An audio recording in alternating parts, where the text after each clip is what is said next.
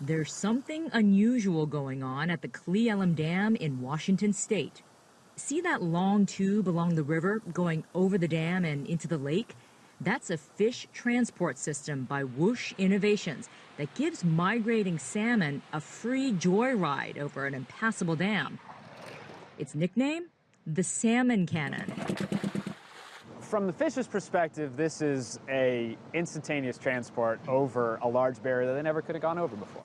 That's right. This portable system costing around $10 million, about 1/6 the cost of traditional fish passages, uses a tube filled with air and water mist to safely transport migrating salmon more than 1 kilometer from the river, over the dam, and into the lake above.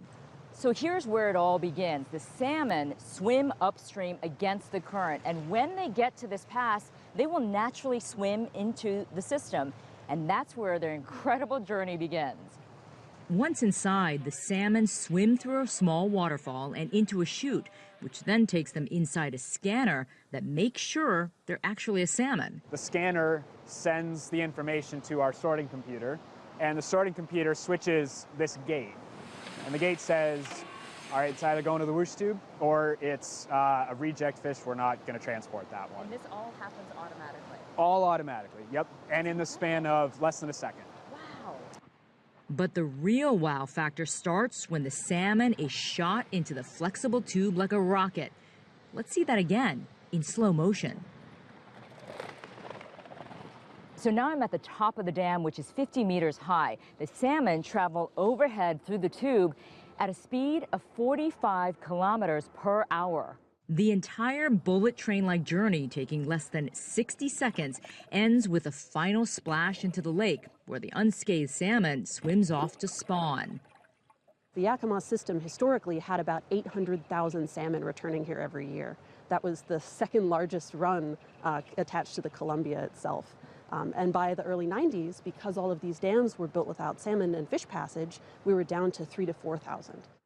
The return of salmon in the Pacific Northwest is especially important to the Yakima Nation, a group of Native American tribes that revere salmon. They've built their economy, their religion, everything around the salmon. And so when they lost the salmon, it was a huge loss to them in many ways.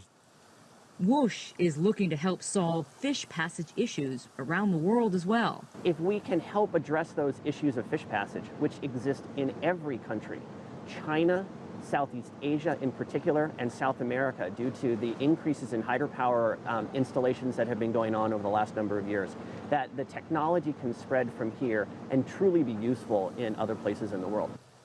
And the Salmon Cannon has another use as well, at least for TV comedians.